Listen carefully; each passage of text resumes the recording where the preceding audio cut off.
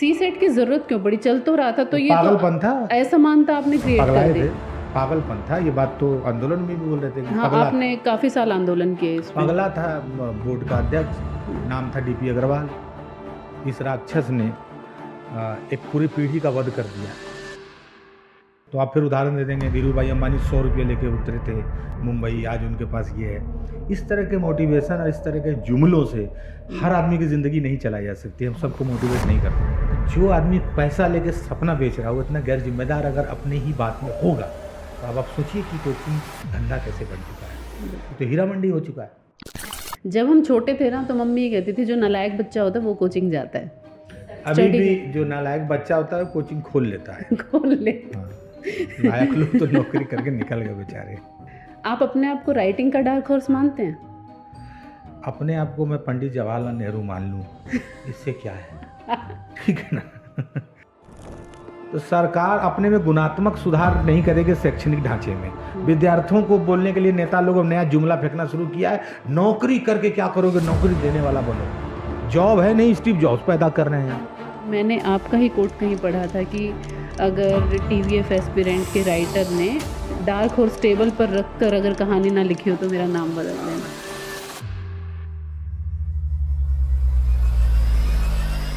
Stories beyond frames के आज के एपिसोड में हमारे साथ हैं नीलोत्पल मृणाल, जो कि एक बेहतरीन राइटर हैं, साथ में एक सोशियो पॉलिटिकल एक्टिविस्ट भी हैं। तो जानते हैं उनसे कुछ यूपीएससी की बातें, कुछ उनकी राइटिंग की। सर, बहुत बहुत धन्यवाद आपका आने के लिए और बहुत बहुत स्वागत। बहुत बहुत आभार आपका निधि। डार्क हॉर्स का मतलब क्या होता है? इसी मतलब को बताने के लिए मैंने एक किताब लिखी है, डार्क हॉर्स जी। अगर उसको मैं एक पंक्ति में बता दूं तो मेरी किताब लिखने का फिर कोई मतलब नहीं है। तो डार्क हॉर्स क्या है? ये डार्क हॉर्स के कवर से शुरू करके आपको आखिरी पेज तक की यात्रा करनी होगी। आप अपने आप को राइटिंग का डार्क हॉर्स मानते हैं? अपने आप को मैं पंडित जवाहरलाल नेहरू मान लूँ, इससे क्या है? ठीक है ना।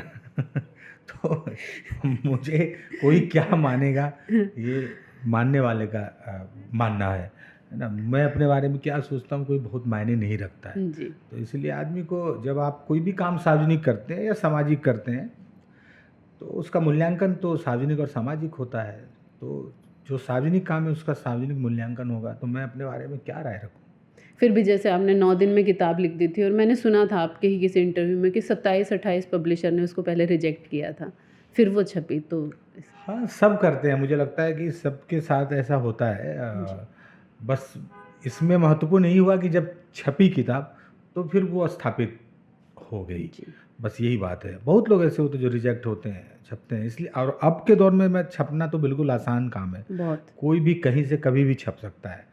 महत्वपूर्ण ये है कि आप जब छपें तो छिपे नहीं। फिर छप के छिपना ये कष्टदायी है। आपको कोशिश ये करना चाहिए कंटेंट ऐसा हो जो छपे तो दिखे। यही बात।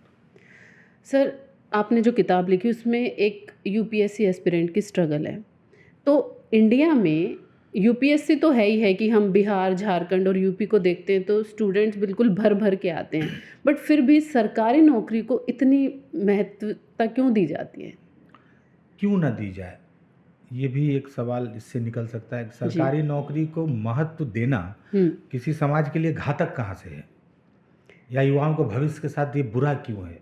नहीं, लेकिन उसको बहुत फैंटेसाइज किया जाता है कि सरकारी नौकरी होगी तो लड़की अच्छी मिलेगी, शादी अच्छे घर में होगी। हालांकि मैंने अभी कहीं पढ़ा था कि एक जो आईएएस होता है उसकी मिनिमम सैलरी 56,000 होती है और मैक्सिमम टू मैक्सिमम 2.5 लाख तक जा सकती है। लेकिन अगर प्राइवेट नौकरी में आप देखें तो आप स्टार्टिंग ही 2.5 लाख से करते हैं, तो फिर इतना क्यों? तो फिर वो लड़की अच्छी मिलने वाला फार्मूला यहाँ कैसे लगा रहे हैं लोग? क्या जो गूगल में नौकरी कर रहा है, न्यूयॉर्क में बैठा, उसके लिए लड़की जो खोजी जा रही है वो कमज़ोर लड़की खोजी जा रही है? पहले तो ये समाज इस तरह से सोचता क्यों है कि यूपीएससी करना लड़की की खोज भी करना होगा, या यूपीएससी करना अचानक से पैसे की बाढ़ ले आना होगा, या सरकारी नौकरी करना? देखिए, भारत में सरकारी नौकरी आपने उसको सामाजिक प्रतिष्ठा से जोड़ा है। और ये जोड़ा है इन लड़कों ने नहीं जो आज नौकरी करना चाह रहे हैं, जो फॉर्म भर रहे हैं, जो धक्के खा रहे हैं, ये इन्होंने नहीं जोड़ा। आप अपने समाज की बनावट में बहुत गहनता से इसको बुना है आपने जी। तो वो जो आपने सैकड़ों वर्षों में बुना है उसका दोष, उसका खामियाजा ये लड़के क्यों भुगते हैं? तो ये सरकारी नौकरी अगर करना चाहते हैं, वो क्यों नहीं करना चाहेंगे? अगर आप एक बिजनेस खड़ा करने के लिए एक जो एक आर्थिक आधार होना चाहिए, वो कितने लड़कों के पास है? तो आप फिर उदाहरण दे देंगे, धीरू भाई अंबानी 100 रुपये लेके उतरे थे मुंबई, आज उनके पास ये है। इस तरह के मोटिवेशन और इस तरह के जुमलों से हर आदमी की ज़िंदगी नहीं चलाई जा सकती। हम सबको मोटिवेट नहीं कर सकते।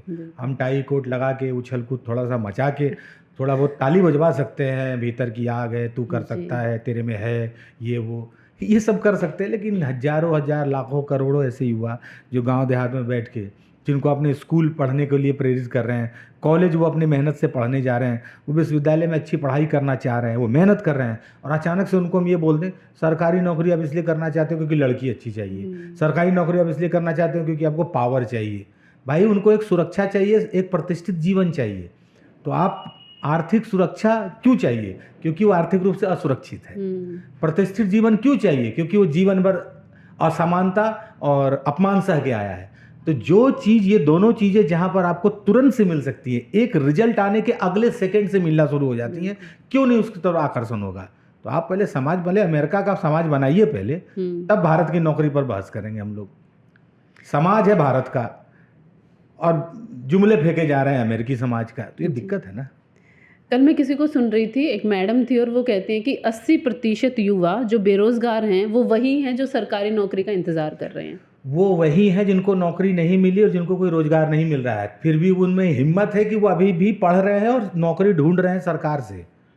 वो कहीं जाके बम नहीं पटक रहे हैं, वो गृह युद्ध में देश को नहीं धकेल रहे हैं, वो सड़कों पे आपको तंग नहीं कर रहे हैं, और वो चोरी नहीं कर रहे हैं, वो डकैती नहीं कर रहे हैं, ठीक है, वो ट्रेन नहीं लूट रहे हैं, वो अभी भी एनसीईआरटी पढ़ रहे हैं। तो ये समाज को दिक्कत लग रहा है, उन पर हम फप्तियाँ कसेंगे कि जो बेरोजगार है वो तो सरकारी नौकरी की तैयारी कर रहा है। ठीक है, वो सरकारी नौकरी की तैयारी छोड़ देता है, वो डकैती करे सड़क पे, तो फिर आप बोलिएगा तो आपने क्या कोई ऐसा काउंटर बनाया है जहां पर ये करोड़ों युवा खड़े हो जाएं और आप उसको रोजगार यानी स्वरोजगार देने का कोई काउंटर बनाया है क्या?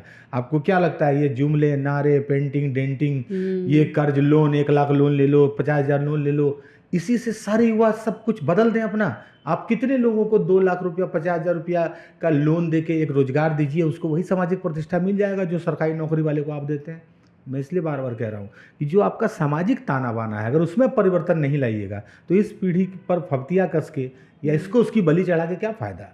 ये अभी भी सरकारी नौकरी इसलिए चाहते हैं क्योंकि आप सरकारी नौकरी वाले को ही सम्मानजनक मानते हैं और आर्थिक सुरक्षा वही है। कहीं ना कहीं जातिवाद भी इसका बड़ा कारण रहा है। मुझे नहीं लगता। कैसे? जैसे कोई जाति है, उसको समाज में बड़ा ही नीचे उस स्तर पे देखा जाता है, उसको अपने साथ बिठाया नहीं जाता, बट जैसे ही उनके घर का बेटा अगर आईएएस बन गया तो एकदम से उनको इज्जत मिलनी शुरू हो जाती है।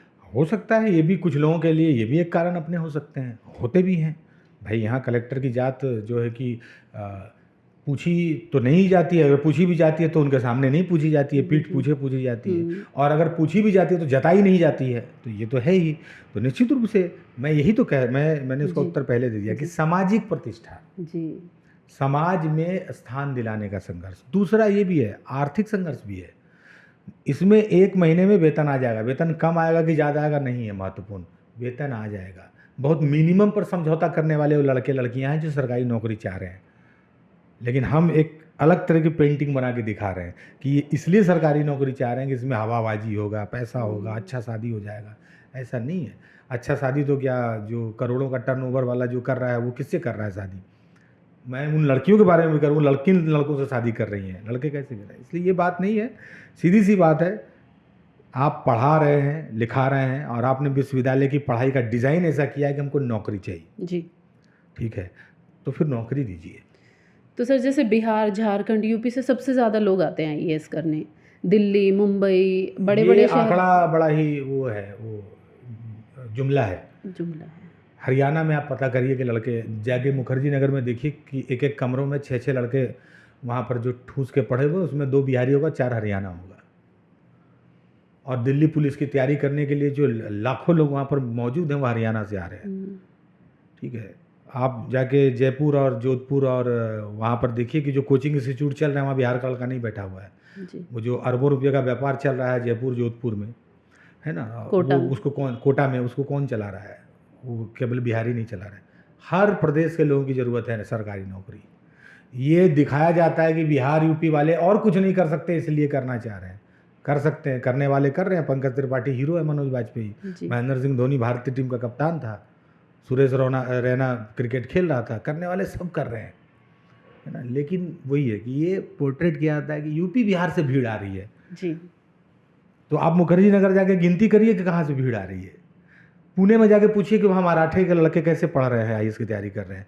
साउथ में जो चेन्नई और जो हैदराबाद में तैयारियाँ हो रही हैं, वहाँ कहाँ का लड़का पढ़ रहा है। फिर जो रिजल्ट आ रहा है वहाँ 1000 में 900 कहाँ के लोग हो रहे हैं। जी इंग्लिश मीडियम के उसमें 800 900 950 लोग हैं, उसमें कहाँ के लोग हैं। देखिए ये सब बहुत पुरानी ये कहावतें हैं।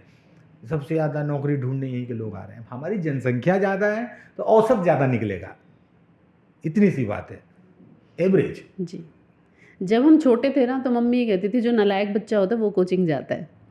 और अभी भी हम देखते हैं कि जो बच्चे सेल्फ अभी स्टडी भी जो नालायक बच्चा होता है कोचिंग खोल लेता है। खोल ले हाँ, लायक लोग तो नौकरी करके निकल गए बेचारे। इसमें संशोधन कर लीजिए अब। मतलब जितने भी आप यूपीएससी के अभी कोचिंग सेंटर्स देखें तो उनके टीचर्स को ना एक हीरो इमेज बना दी गई है, एक ट्रीटमेंट दिया जाता है। और उनकी अगर आप वीडियोस भी देखें तो उनमें फ़िलॉसफी ज़्यादा होती है और जो सब्जेक्ट होता है वो कम होता है। क्या ये भी एक बाधा बनता है? नहीं, ये बाधा क्या सिलेक्शन में? हाँ जी। नहीं, सिलेक्शन में यह बाधा इसलिए नहीं बन सकता कि हम वहाँ नहीं जाएंगे पढ़ने। ये कोई आकाशवाणी आदेश तो हुआ नहीं है कि आप वहाँ पढ़िए जहाँ पर यही सब हो रहा है। बट जो दिखता है वो बिकता है वाली बात भी आती है। बिकता है। हम नौकरी की तैयारी कर रहे हैं तो हमारा विजडम होना चाहिए ना। हम कुकर खरीदने थोड़ी गए जो दिखता है सीटी सुन के खरीद लिए। सर थोड़ी खरीदने जा रहे हैं कि लाए घर में धोए तो देखे रंग कच्चा था निकल गया। हम पढ़ने जा रहे हैं ना। अगर हमको इतनी भी बात की समझ नहीं है, इस बात को समझने के लिए कि कहाँ पढ़ाना चाहिए, अगर किसी को पॉडकास्ट देखने की ज़रूरत है तो उसको वहीं पर वो बात अभी रोक देना चाहिए कि इनको पढ़ना नहीं चाहिए, बाकी फिर करें, लेकिन पढ़ें तो फिर नौकरी वसूलें। वहाँ नहीं हुआ तो फिर और कुछ वसूलें जी। जहाँ पर अपनी बुद्धि विद्या और पढ़ाई का सदुपयोग हो सके। लेकिन आप कोचिंग इंस्टीट्यूट, और ऐसी बात नहीं है, यहाँ पर हजारों सैकड़ों टीचर हैं जो पढ़ा रहे हैं, अच्छे से पढ़ाते हैं। सोशल मीडिया के दौर में कुछ लोग निकल के आए, उनमें से भी कुछ अच्छे टीचर हैं जी। लेकिन वही है कि अब छात्र सब्सक्राइबर अगर बन जाएगा तो उसको चाहिए मजा, तो फिर टीचर यूट्यूबर बन जाएगा। तो ये दोनों तरफ का मसला है। विद्यार्थी सब्सक्राइबर बन गया तो टीचर ने कहा सब्सक्राइबर को हम पढ़ाएंगे तो ये मज़ा नहीं करेगा, ये ऑनलाइन में मैसेज करेगा, सर आप बहुत पढ़ाते हो, बोर कर रहे हो। जो ऑनलाइन पढ़ा रहे हैं नीचे चलता है, मैम आप बहुत खूबसूरत दिख रही हैं, मैम एक बार पलट दीजिए तो ये अलजबरा सॉल्व हो जाए। और मैम पलटती हैं जी, और जुल्फ मारती हैं एक्स में, वाई में, है ना। A+B का होल स्क्वायर बिखर जाता है जुल्फ के झटके से, है ना। तो ऐसे में वो यूट्यूबर हो गई। तो जो यूट्यूबर हो गए और छात्र सब्सक्राइबर हो गया, इस बीच में आप रिजल्ट ढूंढ रहे हैं, और इसके कारण हम टीचर और छात्र जो सच में हैं उनको कलंकित कर देंगे, उनके बारे में ये बना देंगे परसेप्शन कि ये तो खत्म। आज भी टीचर हैं, आज भी विद्यार्थी हैं, इन दोनों के बीच परस्पर ज्ञान का देना और लेना हो रहा है। और ये जो आप जिसको यूट्यूबर के तौर पे देख रही है, इनमें भी कुछ लोग अच्छे टीचर हैं। बस यही है कि अगर उनसे छात्र पढ़ना चाहे तब सब्सक्राइबर को कोई नहीं पढ़ाएगा, उनका सब मनोरंजन करेगा, सीधी सी बात। सिलेक्शन की अगर हम बात करें तो इंग्लिश मीडियम के ज़्यादा सिलेक्शन होते हैं, हिंदी मीडियम के मात्र 1% 2%। इंग्लिश मीडियम के ही सिलेक्शन होते हैं। 10 में 970 लोग आ जाते हैं इंग्लिश मीडियम के, तो इसको हम लोग यही बोलते हैं कि इंग्लिश मीडियम का ही सिलेक्शन हो रहा है। फिर हिंदी मीडियम जो इतने सारे बच्चे मुखर्जी नगर में पढ़ रहे हैं, राजेंद्र नगर में पढ़ रहे हैं, उनका क्या, वो क्यों पढ़ रहे हैं? आप हम लोग असल में नौकरी का मतलब यूपीएससी समझ लेते हैं शायद। इस देश में 1000 सीट वाली एक नौकरी यूपीएससी नहीं है। रेलवे है, बैंकिंग है, एसएससी है, सार्वजनिक उपक्रम की जो कंपनियां हैं सरकारी वो हैं, लाखों करोड़ों नौकरियां हैं, उस पर संघर्ष हो रहा है। यूपीएससी के मुखर्जी नगर और यूपीएससी ही भारत में नौकरी की आकांक्षाओं का टापू नहीं है, सिर्फ वो एक टापू है, बट महाद्वीप है नौकरी करने वाले, खोजने वाले और सिलेक्शन लेने वालों का इस देश में। जब हम 12th फेल देखते हैं, एस्पिरेंट देखते हैं, तो हमें यही दिखाया जाता है, हमें हमारी तो वही बन जाती है फिर दृष्टिकोण। 1000 सीट के लिए पूरा भारत पागल है क्या? आप पटना महेंद्रू में जाके देखिए, इलाहाबाद की छोटे छोटे कमरों में जाके देखिए, कैप्सूल की तरह जहाँ कमरा है जी, बुलेट की तरह, पीतल की बुलेट की तरह है, जहाँ पर बारूद की तरह लड़का भरा हुआ है और वहीं पर बैठ के तैयारी कर रहा है। कब फटेगा नहीं पता, जब फटेगा तो उसको अराजक घोषित कर दिया जाएगा। यही बात है, तो वो जो पढ़ रहा है। जो हिंदी के सिलेक्शन कम होने शुरू हुए, सी सेट के बाद कम हुए हैं। हाँ, सी सेट के बाद कम हुए। सी सेट के कारण जो है सी कि सेट का क्या कॉन्सेप्ट था? सी सेट में जो है कि एक paper common civil services aptitude test का था। उसमें उस पेपर में जो है कि कंप्रिहेंशन के क्वेश्चन आते थे, मैथमेटिक्स रीजनिंग के क्वेश्चन आते थे, इंटरपर्सनल स्किल्स के क्वेश्चन आते थे, कम्युनिकेशन स्किल्स के क्वेश्चन आते थे, पैसेज दिया जाता है अंग्रेजी में, उसमें से क्वेश्चंस निकाल के सब किए जाते हैं, और रीजनिंग के क्वेश्चंस होते हैं। इस तरह के प्रश्न पत्र की बनावट होती है। तो उसमें हिंदी माध्यम के लड़के पिछड़ जा रहे थे। उसका कारण ये था कि उनको किसी भी IITian की अपेक्षा गणित बनाने का अभ्यास कम था। ऐसा नहीं कि गणित नहीं जानते हैं, लेकिन जिनको रोज़ बनाने का अभ्यास है उनकी अपेक्षा कम जानते हैं। उसके बाद वो रोज़ MBA वाले पैसेज बनाते हैं, उनके पेपर में आता है, तो उनको उसका अभ्यास है तो वो कर पाते हैं। जो इंग्लिश में हमेशा पढ़ रहा है उनको इंग्लिश का अभ्यास है, हिंदी मीडियम को अभ्यास नहीं, तो वो अभ्यास के कारण पीछे छूट जाते थे। क्योंकि 2 ही घंटा में कोई सॉल्व करना है कि हम अगर 40 प्रश्न जानते हैं लेकिन 2 घंटा में हमने 30 प्रश्न ही किया, हमारी स्पीड नहीं है, दूसरे ने 50 कर लिया ऑब्वियसली, या 35 ही कर लिया, तो हमसे 5 ज़्यादा कर लिया ना स्पीड के कारण, तो हम पीछे रह जाते थे। दूसरा पेपर काउंट GS का है। GS में हमारा प्रदर्शन हिंदी मीडियम के लड़कों का अच्छा होता है, लेकिन वो माइलेज ले लेते हैं सी सेट के पेपर से, वो ज़्यादा बना लेते हैं, वो 80 में 70 बना लेते हैं। हिंदी मीडियम के लड़के 40 तक जाते हैं, स्पीड नहीं है, इस कारण से वो बाहर हो गए। ये अज्ञानता का मुद्दा नहीं था कि सी सेट में हम जानते नहीं हैं। आज भी जब इंग्लिश का पेपर जब तक आप नहीं पास करते हैं मेंस में, तब तक आपकी कॉपी नहीं जांची जाएगी। अगर बहुत लोगों को ये भ्रम है कि सी सेट जो पास नहीं किया या सी सेट अंग्रेजी मीडियम के कारण, डर के कारण लोग बोलते हैं, विरोध कर रहे हैं, ऐसा नहीं है। हिंदी मीडियम का जो लड़का मान ली प्रीलिम्स कर लिया, तो उसकी कॉपी मेंस में तब जांची जाएगी जब वो अंग्रेजी क्वालिफाइंग करेगा, अंग्रेजी का पेपर पास करेगा। तो जितने भी हिंदी मीडियम के लड़के आपको सेलेक्ट दिखते हैं वो अंग्रेजी पास करके गए हैं, वो बिना अंग्रेजी पास नहीं हुए हैं। तो सर, ये बात जान लीजिए। सी सेट की जरूरत क्यों पड़ी? चल तो रहा था, तो ये पागलपन था, असमानता आपने क्रिएट कर दी। पागलपन था, ये बात तो आंदोलन में भी बोल रहे थे कि हाँ, आपने काफी साल आंदोलन किए इसमें। पगला था बोर्ड का अध्यक्ष, नाम था DP अग्रवाल। इस राक्षस ने एक पूरी पीढ़ी का वध कर दिया जी, चबा गया सबकी प्रतिभाओं को।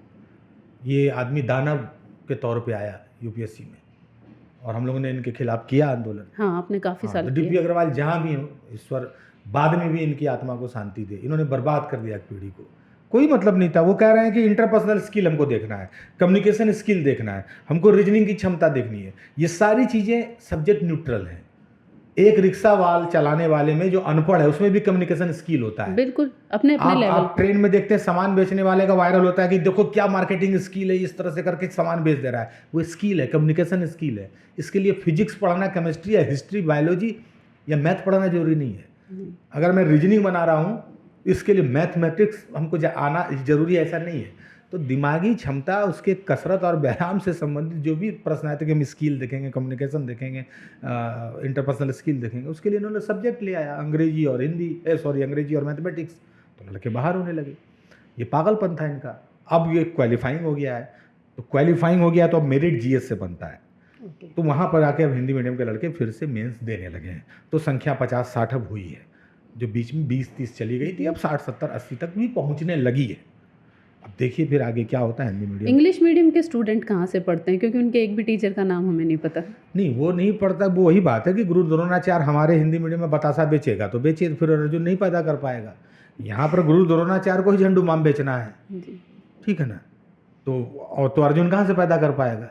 बिल्कुल। पूरे महाभारत में द्रोणाचार्य पर कितने अध्याय गए, कितने पेज तो जा रहे हैं अर्जुन पर, पेज तो पांडवों पर जा रहे हैं, कौरवों पर भी जा रहे हैं। तो यहाँ क्या है, यहाँ पर द्रोणाचार्य ही बतासा बेच रहा है हिंदी मीडियम में। वहाँ अंग्रेजी मीडियम में द्रोणाचार्य अपने बैठा के अपने अर्जुन तैयार कर रहा है। दिक्कत ये है। सर, 2 स्टूडेंट की अभी मौत हो गई राजेंद्र नगर में, और जैसे आपने बताया कि बिल्कुल किचन जैसे कमरे में लोग रहते हैं, किचन में ही रहते हैं। ओके, तो ये कभी बदलेगी सूरत? जब आप कर रहे थे 2012-14 तक मेरे ख्याल से, तब भी यही थी, 2024 में आ गए, अब भी यही है। ये सूरत बदलेगी, कभी बदलेगी, एक वो सुबह कभी तो आएगी। इस तरह की बातें करके हम लोग करेंगे क्या? कौन बदलेगा इसमें? अब मकान मालिक को देना है मकान, वो खून चूस लेगा। वो दिल्ली में घर बनाया, मुर्गी का दवेड़ा बनाया है, उसके नीचे वाला बच्चा जो है वो रेप पार्टी में गया है, 12:30 बजे रात को निकलता ही है, 4:30 बजे सुबह या 6 बजे सुबह लौटता है।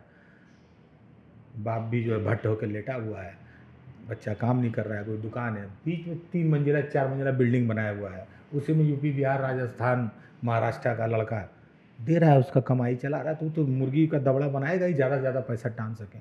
महानगरीय जीवन में जिस तरह का खर्च है, जिस तरह को सुविधा भोगने की हवस है, उसको पूरा करने के लिए मकान किराया भी एक उपक्रम है। उसका सबसे बड़ा शिकार वो छात्र बनते हैं या मजदूर बनते हैं, जिनको किसी भी कीमत पर कितना भी पैसा दे के रहना है, क्योंकि हम रहेंगे नहीं तो मजदूरी नहीं कर पाएंगे, हम रहेंगे नहीं तो पढ़ाई यहाँ नहीं कर पाएंगे। उसका खून चूस रहे। अब बताइए कि इससे निजात छात्र संगठन तो दिला नहीं सकता जी।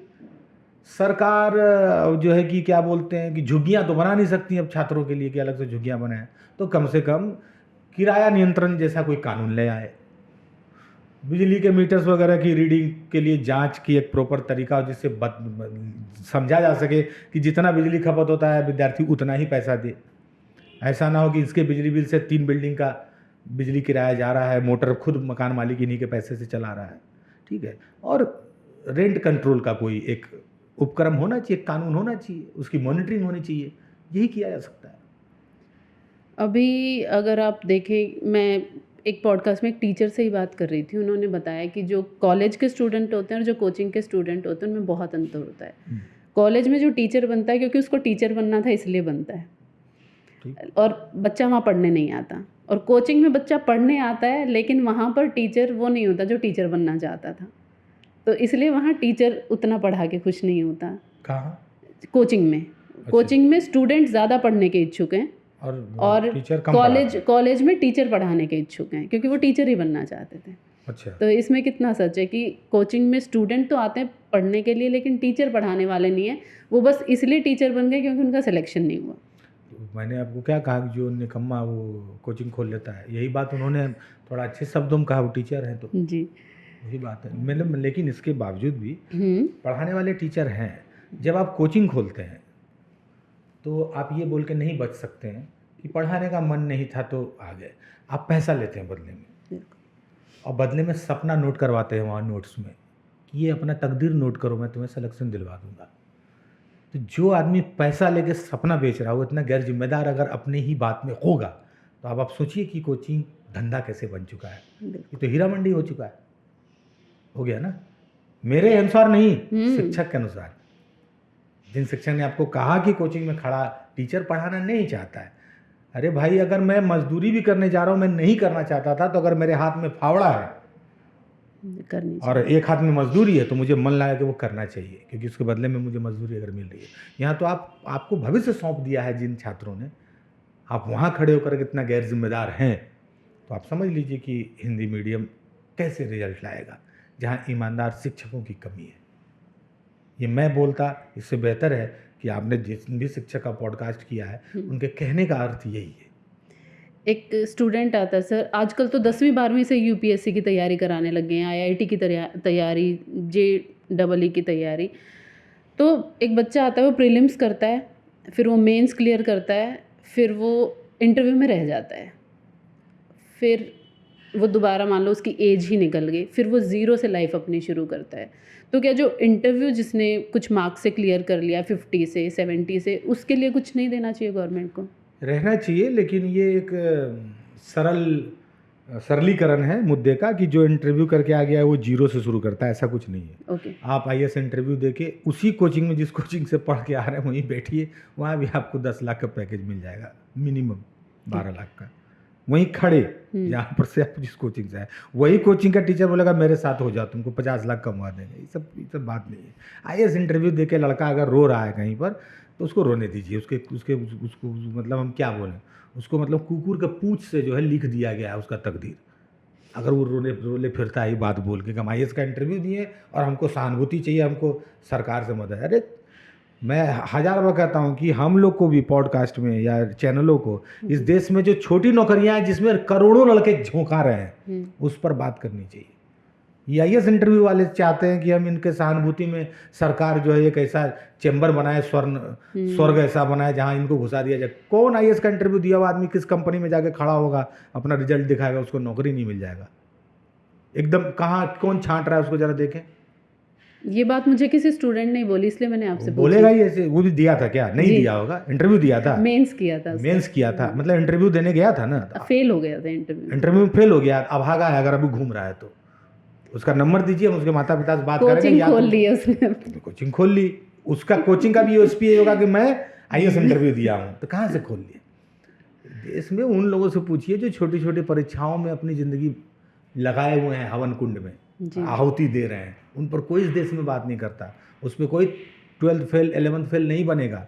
छोटी नौकरियों के ख्वाब को हम ख्वाब ही नहीं मानते हैं, उस पर हम आँख टिका के उसको देखेंगे ही नहीं, लेकिन करोड़ों लड़के उसी में मर रहे हैं, उसी झोंक में वहीं संघर्ष कर रहे हैं। हरियाणा की बात है सर, काफ़ी साल पहले की, मुझे क्योंकि आपकी बात से याद आया, वहाँ पे चपरासी की नौकरी के लिए पीएचडी किया हुआ लड़का खड़ा था।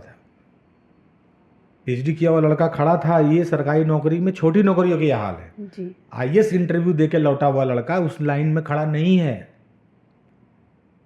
यही मैं कह रहा हूँ कि ये ना आईएएस वाली तैयारी के लड़के जो जो जो इनका ग्लैमर है, एक तो इसको हम थोड़ा सा किनारे करें। नौकरी जब मैं बात करता हूँ तो आईएएस की बात नहीं कर रहा हूँ। जी जी।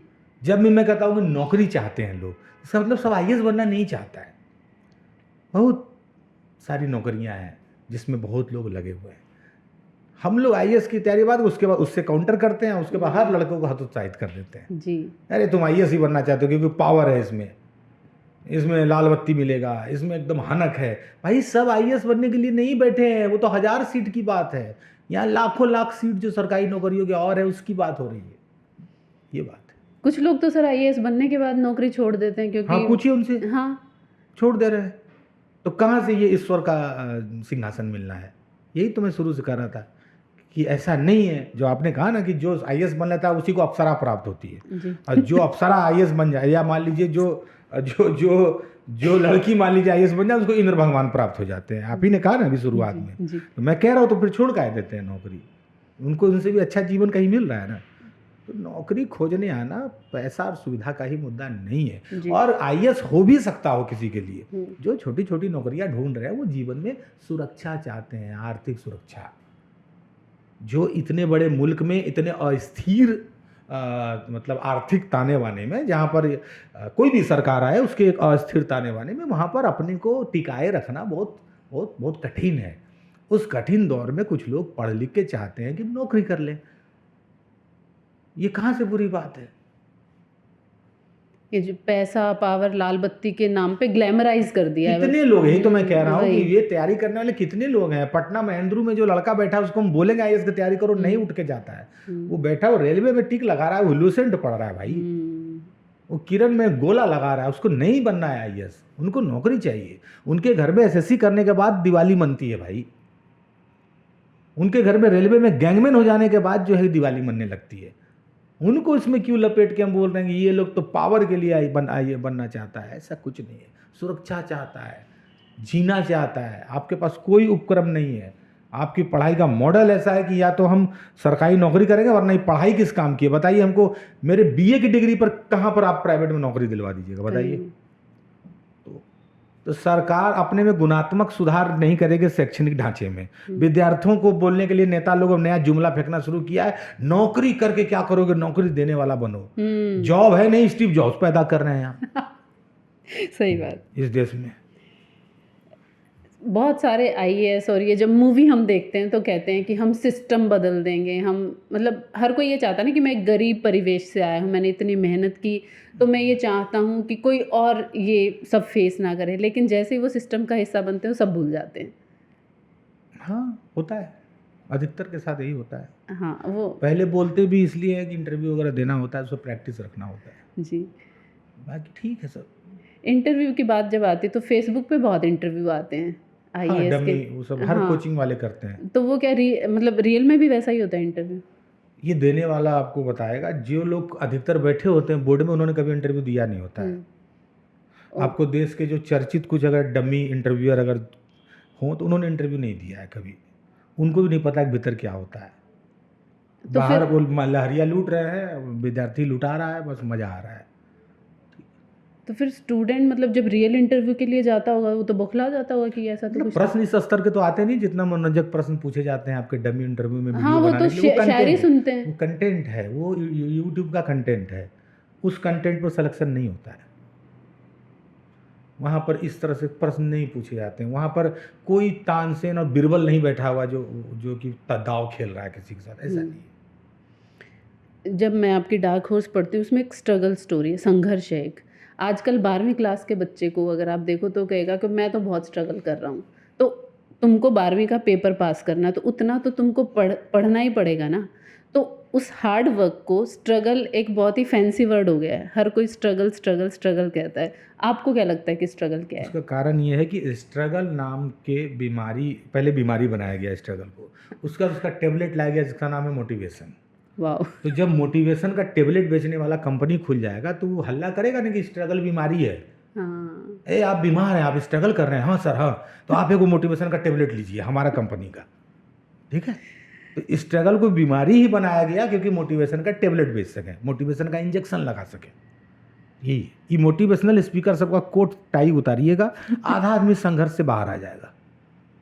यही लोग बैठ के आपको संघर्ष करवा रहा है। बिल्कुल। माँ बाप मान लीजिए 1 महीना बोला पैसा बेटा ऐसा है कि अगले महीना देंगे, चला शायरी लिखने लगेगा दर्द के, या तो उठा ले मुझे भगवान या बदल मेरा खानदान, है ना। तो हाँ, क्योंकि पैसा नहीं आ रहा है। तो यही कारण है। तो ये सब छोटे मोटे संघर्ष, ये पूछिए इस पीढ़ी के पहले वाली पीढ़ी से कि उनके माँ बाप ने क्या संघर्ष किया है, संघर्ष किसका नाम है, ठीक है ना। ये सब कोई संघर्ष है।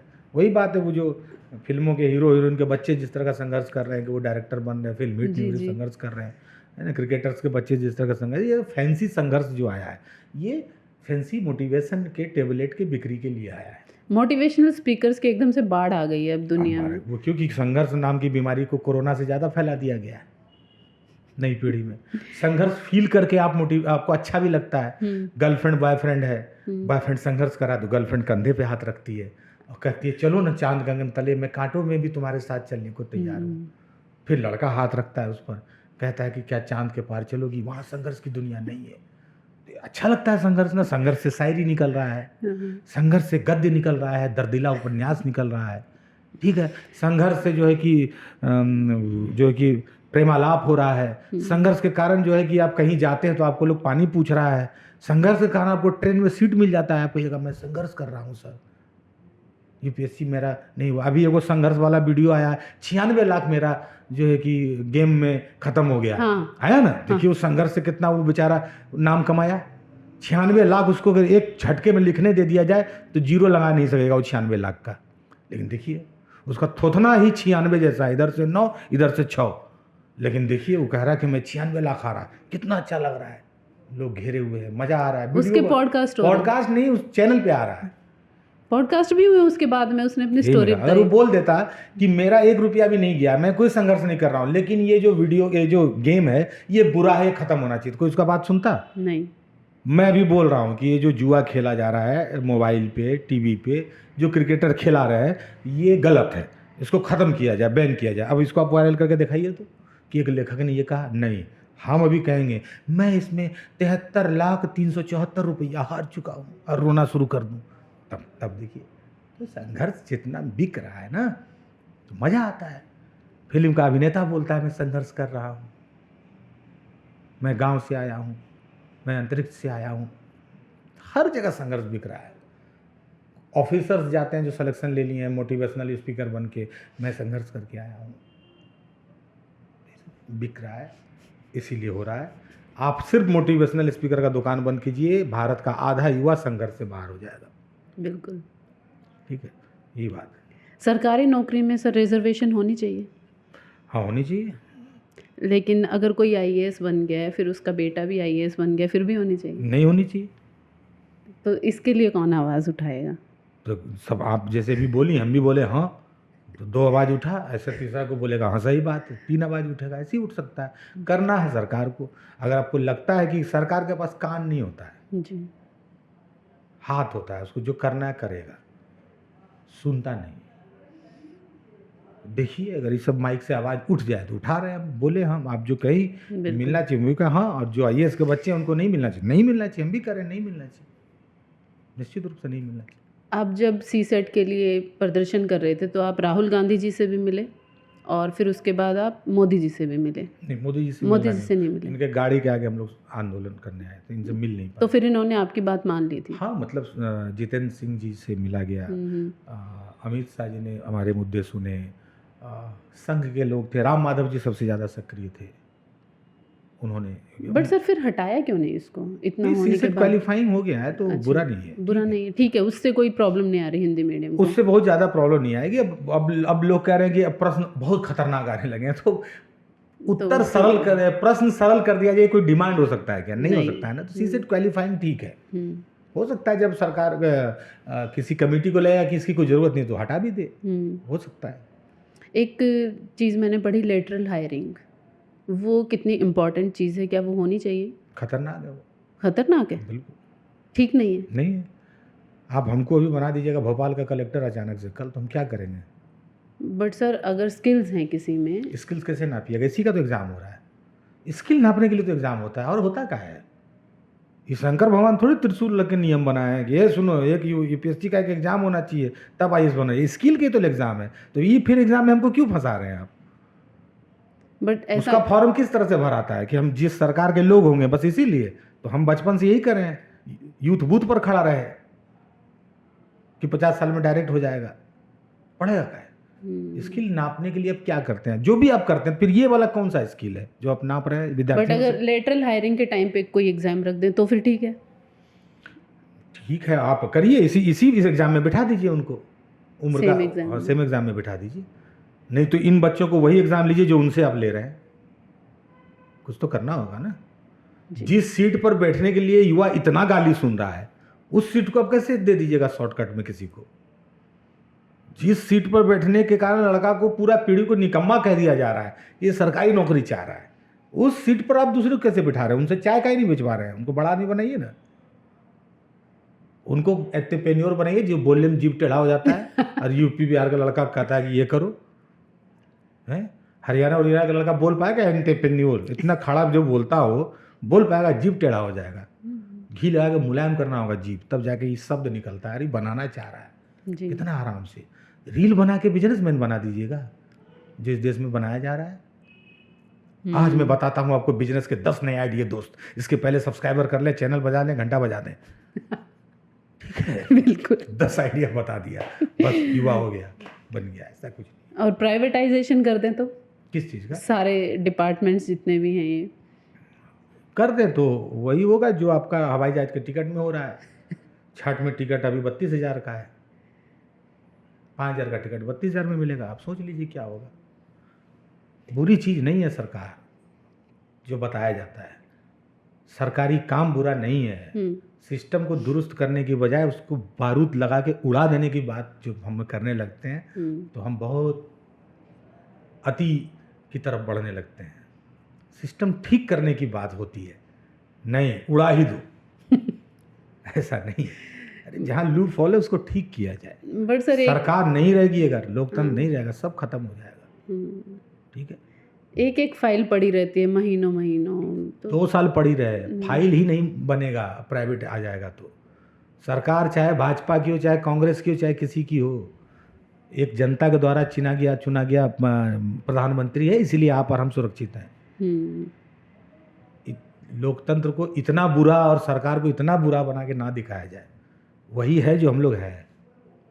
ये देश तो नहीं चल सकता उसके बिना, जिसको जहाँ चल रहा है जो चले, ऐसी बात नहीं है।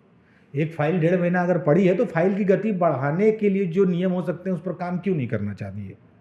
वही मैं कि सिस्टम ही क्यों खत्म बंद कर देना चाहिए? वही बात हुई जो केजरीवाल जी कहा कर रहे थे शुरू में, ये सब चोर हैं, तो लोकसभा जो है कि संसद ही कैंसिल कर दो, है यही बात होगी। लेकिन नहीं, आना पड़ा ना, सबको चोर बोलते हुए राजनीति में आना पड़ा ना, ये बोल के कि मैं चोर नहीं हूँ, मैं राजनीति को शुद्ध करूँगा।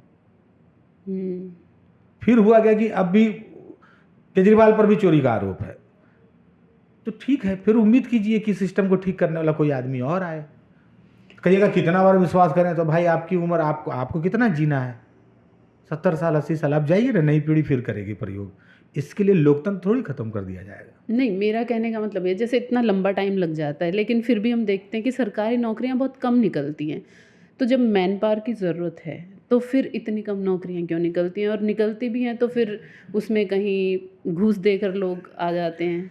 मैन पावर देखिए, तो आप प्राइवेट आ जाएगा तो मैन पावर को मौका मिलने लगेगा। आपको पता है मनरेगा क्यों आया है? क्यों? क्योंकि मशीन से ज़मीन ना कोड़ दिया जाए। तो मशीन अगर लगाइएगा आप मनरेगा में ना, तो आप पर केस होगा। ओ, तो आदमी कोड़ेगा तो उसको रोजगार मिलेगा। जी। अब इसको आप कह सकते हैं निकम्मापन, बहुत प्रो मॉडर्न होके। लेकिन चूंकि लोकतंत्र की कल्याणकारी अवधारणा से हम परिचित नहीं है, लोकतंत्र आया ही जन के कल्याण के लिए है। जी। तो सरकार क्या योजना बनाती है कि आप पोखर कोड़ोगे तो आप हाथ से कोड़ो, तो उसमें 100 लोगों को रोजगार मिलेगा, 100 दिन का रोजगार मिलेगा। पोकलेन से कोड़ दोगे तो 3 घंटे में पोखर कोड़ दिया जाएगा, तो उतने लोगों का रोजगार मर जाएगा। तो आप कहिएगा कि मुझे काम की तेजी चाहिए। भाई साहब, लोकतंत्र का काम आपके काम की तेजी के लिए नहीं है। लोकतंत्र का काम आखिरी व्यक्ति तक को रोटी मिलवाने का है। वो उस दायित्व को पूरा कर रहा है। हम जो खड़ा होकर फाइल में बाबू से लड़ रहे हैं, देश मेरे लिए नहीं जिम्मेदार है केवल, ठीक है। तो जिस दिन वो फाइल, वो बाबू हम खत्म हो जाएंगे, उस दिन मनरेगा का 100 मजदूर का मजदूरी भी खत्म हो जाएगा, ठीक है। उस दिन पोकलेन चढ़ेगा पहले पोखर पे, फिर हमारे सीने पे। ये भी बात है। तो सरकार के काम को, उसके लोक कल्याणकारी अवधारणा को समझने की जरूरत है। हम एक दिन ऑफिस जाते हैं, हमारा काम नहीं होता, तो हमको लगता है सिस्टम चेंज कर देंगे जी। ये गलत है। सरकारी सिस्टम चेंज हो जाना चाहिए। भाई, सरकार सिर्फ हमारे आपके लिए नहीं है, ये उनके लिए जिनके पेट में अभी जब मैं भाषण दे रहा हूँ, इलाहाबादी अमरूद खा के अब भुसावल का केला खा के मैं जितना बोल रहा हूँ, कश्मीर का अंजीर खा के एक आदमी अभी भी रोटी नहीं खाया होगा जी। उसके लिए लोकतंत्र है जिम्मेदार, उसके उत्तरदायित्व से बना है लोकतंत्र, उसका भी काम करना है इसको। यही बात है। तो आर्टिफिशियल इंटेलिजेंस आ रही है, तो क्या वो कभी भी हमारी गवर्नमेंट उसको अपने डिपार्टमेंट्स में आने नहीं देगी, क्योंकि वहाँ से तो बहुत सारी नौकरियाँ जा रही हैं। अभी इस पर इंटरनेट आया तो कितनी नौकरियां चली गई। ये भी लगा था कंप्यूटर आ जाएगा तो आदमी खत्म हो जाएगा, ठीक है, नहीं हुआ। ये एआई वगैरह, और हिंदी में एआई को भी बनने में 30 साल लगेगा, फिर कोई नया आ जाएगा, एआई बाएं चल जाएगा। एआई भारत के बोलियों और भाषाओं को पहले पकड़ तो ले। अभी नीलोत्पल मीना डालिए, कहेगा कि 1991 में इनकी मृत्यु हुई थी। एआई इतना अभी परफेक्शन में है नहीं, ठीक है। कुछ रेडियो ऑडियो वाले कहानी लिखवा रहे हैं, कुछ वो वाले ऐप वाले जी। तो उनको बउआ लोग सुन रहे हैं, ठीक है ना। बाकी एआई जो है, एआई से मानव की ज़रूरत ख़त्म हो जाएगी, ऐसा अभी कोई उपक्रम नहीं बना है। मानव खुद ख़त्म कर देगा इसको, उसकी चिंता की ज़रूरत नहीं है। सर, लिखने की क्योंकि बात चली है, तो बहुत सारे लोग एआई से भी लिख रहे हैं और बहुत सारे लोग कुछ भी लिख रहे हैं। तो आप जब नए राइटर्स को पढ़ते हैं किसी को, या फिर? नहीं, पढ़ते तो हर राइटर्स को है। एआई से अभी हम लिखना चाहते हैं कोई कविता, जी। हम ही लिखेंगे, हम ही सोचेंगे कि पकड़ा जाएगा, ये तो बहुत बहुत प्लास्टिक लिखा है, कुछ है ही नहीं इसमें। हाँ, वो तो चूसा हुआ गन्ना है, वो सिर्फ डेटा उठाता है क्योंकि। बस कुछ नहीं है उसमें। आप एआई से उपन्यास लिखवा के पढ़वा दीजिएगा हमसे, हम तो नहीं पढ़, मतलब आदमी तो नहीं पढ़वाएगा नहीं जो पढ़ जिंदा है, पाएगा। क्या कुछ नहीं कर सकता है एआई हमारा। मतलब लेखन की दुनिया में अभी मैंने सुना कि कुछ लोग, कुछ प्लेटफॉर्म ऐसे हैं जो एआई से काम करवा रहे हैं, रिकॉर्डिंग करवा ले रहे हैं, वॉइस रिकॉर्डिंग करवा रहे हैं, तो वो पकड़ में आ जाता है। सुनने वाला बोलता है एआई से करवाया, तो अब ठीक है, अभी चलेगा, 1-2 साल मज़ा आएगा, ठीक है। किंडल जब आया तो कहा किताब खत्म हो जाएगा, हुआ क्या? नहीं होगा, नहीं होगा। इसलिए एआई से व्यक्ति की जो मानसिक क्षमता है, उसका जो कौशल है, उसकी जो रचनात्मकता है, उसको चुनौती एआई नहीं दे पाएगा। अभी तो लगता तो नहीं है। ठीक उसी तरह से जैसे किंडल के आने से पन्नों पर कोई संकट नहीं आया, आज भी किताबें ज़्यादा बिकती हैं, उसी तरह से बिकती हैं। ओघड़ आपने जब लिखी थी तो मैंने पढ़ी, वो बहुत जल्दी पढ़ ली थी, 1-2 दिन में ही ख़त्म कर दी थी। उसमें एक लाइन थी बहुत सुंदर, अभागा के बारे में, वो मुझे कंठस्थ नहीं है, आप बताइए क्या थी वो? अभागा ईश्वर का भेजा गया वो विश्वसनीय प्राणी है, जिस पर ईश्वर को भरोसा है कि इसको कुछ देकर मत भेजो, ये सब कुछ खुद हासिल कर लेगा। इसलिए अभागा ईश्वर के लिए सम्मान का पात्र है, भाग्यशाली ईश्वर के लिए दया का पात्र है। ये सबसे खूबसूरत लाइन मुझे लगी, क्योंकि जब मैं बहुत सारी स्टोरीज़ पढ़ती हूँ ना सर, मुझे फ़िलॉसफी ज़्यादा मिलती है, उनमें कहानी नहीं मिलती। आपकी किताब में कहानी है स्टार्टिंग से लेकर एंड तक, उसमें फ़िलॉसफी कहीं नहीं है। एक यही लाइन थी जो थोड़ी सी फ़िलॉसफिकल थी। तो आपको क्या लगता है, मतलब जैसे रील्स भी देखो तो टीचर भी फ़िलॉसफी झाड़ रहे हैं, कहानी पढ़ो तो राइटर भी फ़िलॉसफी झाड़ रहा है, तो कहानी कहाँ है? उनसे पूछिएगा जिनसे आपको लग रहा होगा कि झाड़ रहे हैं, तो उनको जो है कि रोक के कहिएगा सर कम झाड़िए जरा, ये बताइए हम क्या बताएंगे। ऐसे देखिए हाँ। फिलॉसफी ऐसा नहीं है कि वो कोई अवैध चीज़ है। सर उसके और लिए अलग किताबें ना, नहीं फिलॉसफी के लिए नॉन अलग से फिक्शन किताबें नहीं है, है। सेल्फ हेल्प है। नहीं, अगर कल्पना में दर्शन नहीं मिलेगा तो फिर साहित्य तो बन नहीं पाएगा ना। घटना जो भी हो रहा है, दर्शन है क्या, दर्शन अलग विषय नहीं। हम जो भी घटित हो रहा है इसको अलग अलग तरह से व्यक्त करना अलग अलग विषय हो जाता है ना। जी। हम जो बात संवाद में बोल रहे हैं, सरलीकरण करके बोल रहे हैं, वो साहित्य में हो सकता है आ जाए। उसी बात को थोड़ा गुड़ बना दें, गांठ को थोड़ा सा और बांध दें, जिसको आप खोल ना पाए आसानी से, वो दर्शन है। दर्शन को खोल के रेसा रेसा अगर निकाल दे वो साहित्य बन जाता है, जो आम आदमी अंतिम आदमी तक को समझ में आ जाए। तो वो नहीं है। हाँ, ये है कि क्राफ्ट के साथ खेल नहीं होना चाहिए कि हम जैसे एक कहानी लिख रहे हैं, अब हमने कहानी लिखा तो कहानी का क्राफ्ट उसकी प्रवाह बाधित ना हो। उसका प्रवाह बाधित हो जाएगा अगर हम 3 पेज तक कहानी बढ़ा ही नहीं रहे हैं, और 3 पेज तक एक जो विचार है, एक जो संवाद आया था, उस पर हम 3 पेज का एक्सप्लेनेशन दे रहे हैं। Exactly. और दर्शन देते देते दूसरा फिर उससे एक विषय निकला, फिर उस पर बोलने लगे, तो ये अति दर्शनत्व दोष हो जाए भले। ये मैंने पढ़ा है इसलिए मैंने मैं आपसे वही सवाल कह रहा हूँ। हाँ। तो ये उस लेखक के कौशल का समस्या है, ये उनकी कौशल, लेखन कौशल की समस्या है। उसमें उनको काम करना होगा कि कहानी का प्रवाह, हमने कि कनेक्ट नहीं हुआ, यही कनेक्ट नहीं होना होता है, क्योंकि आपने खुद पुल बना दिए हैं। पुल भी ऐसे जो दर्शन के हैं, जिस पर कोई चढ़ के पार होना चाहेगा, कोई नहीं चाहेगा। लेकिन अगर हम दोनों नदी के बीच इतना सा रखेंगे पाँव तो टप के भी चले जाएगा, तो कहानी का प्रवाह बना रहेगा। ये उनका मसला है। दर्शन बुरी चीज़ नहीं, दर्शन अगर नहीं आएगी साहित्य में तो वो तो फिर बादाम छीलिएगा तो अंदर दाना नहीं निकलेगा ना। डार्क हॉर्स जैसे हमने स्टार्टिंग में बात की थी कि पब्लिशर ने मना कर दिया था, फिर आपने पब्लिश कैसे करवाई वो? अब मेरा एक साथी मिल गए, उनको पब्लिशर बनना था, हमको लेखक बनना था, दोनों हम लोग निकाल लिए मिलके। आप किसको पढ़ते हैं सर? हम नॉन फिक्शन पढ़ते हैं ज़्यादा, जो यूपीएससी की तैयारी के दौरान पढ़ते थे वही सब पढ़ते हैं। अभी भी वही पढ़ते हैं? हाँ, वही सब पढ़ते हैं, बहुत पढ़ना है।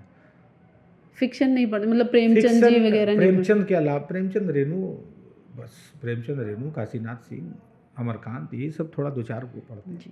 अगली किताब कब आ रही है आपकी? दिसंबर जनवरी तक कोशिश है। दिसंबर जनवरी तक। उसका कुछ टाइटल कुछ नहीं, अभी तो नहीं, अभी 60-70% लगभग लिखा होगा। कौन से सब्जेक्ट पे, कौन सा टॉपिक? बस युवा हैं, उनकी समस्याएं, उनकी नौकरी, उनका सोचना, उनका समझना, ये जो पूरा देश में जो एक नई फौज आई है जो नौकरी के खिलाफ खड़ी है, हम नौकरी के साथ खड़े हैं जी।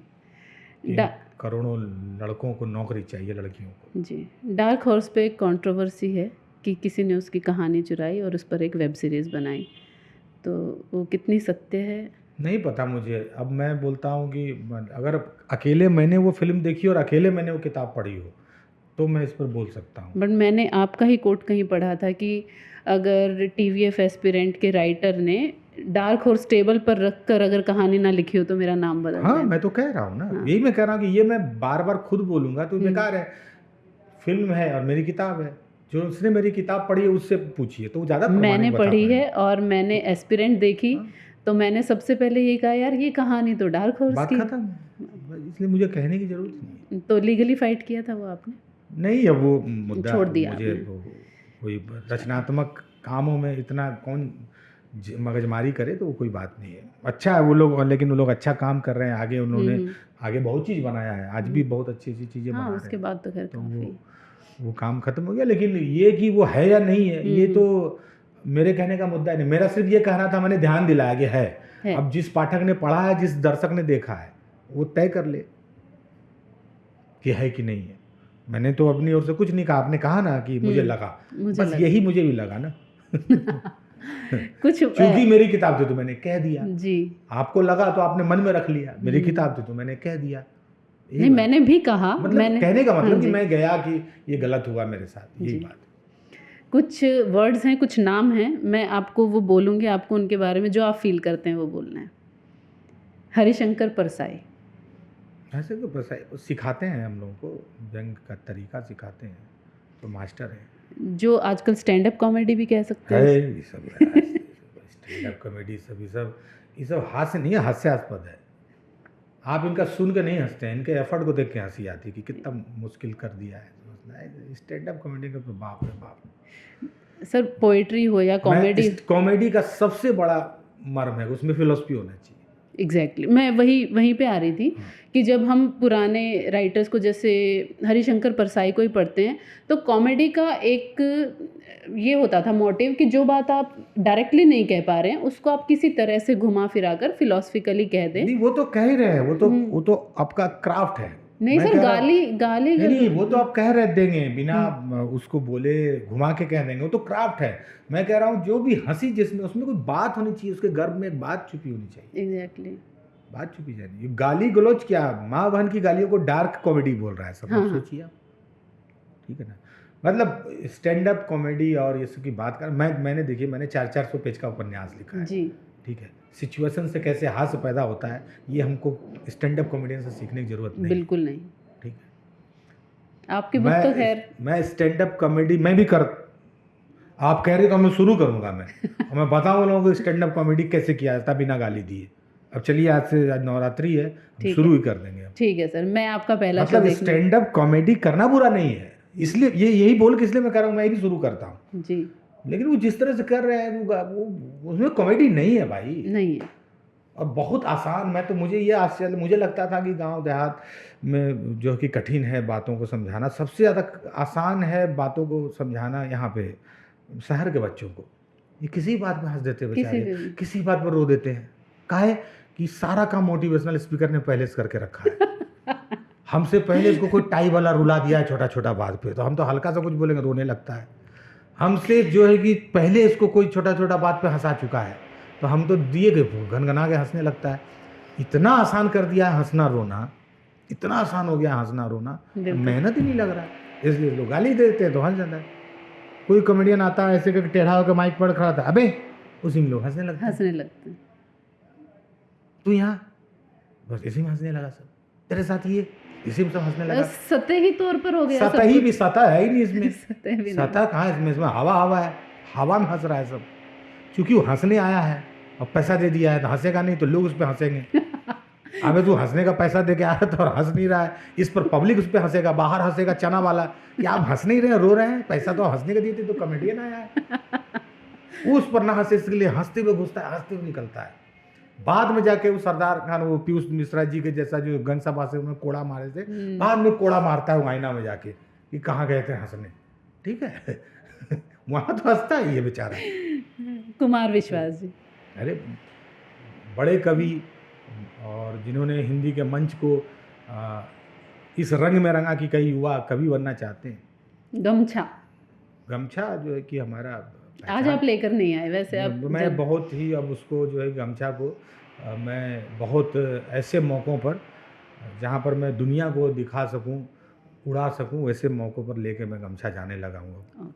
तो मंचों पर मैं गमछा लेके ही जाता हूँ जी, क्योंकि वहीं पर ले जाने से लोगों को डर लगता है।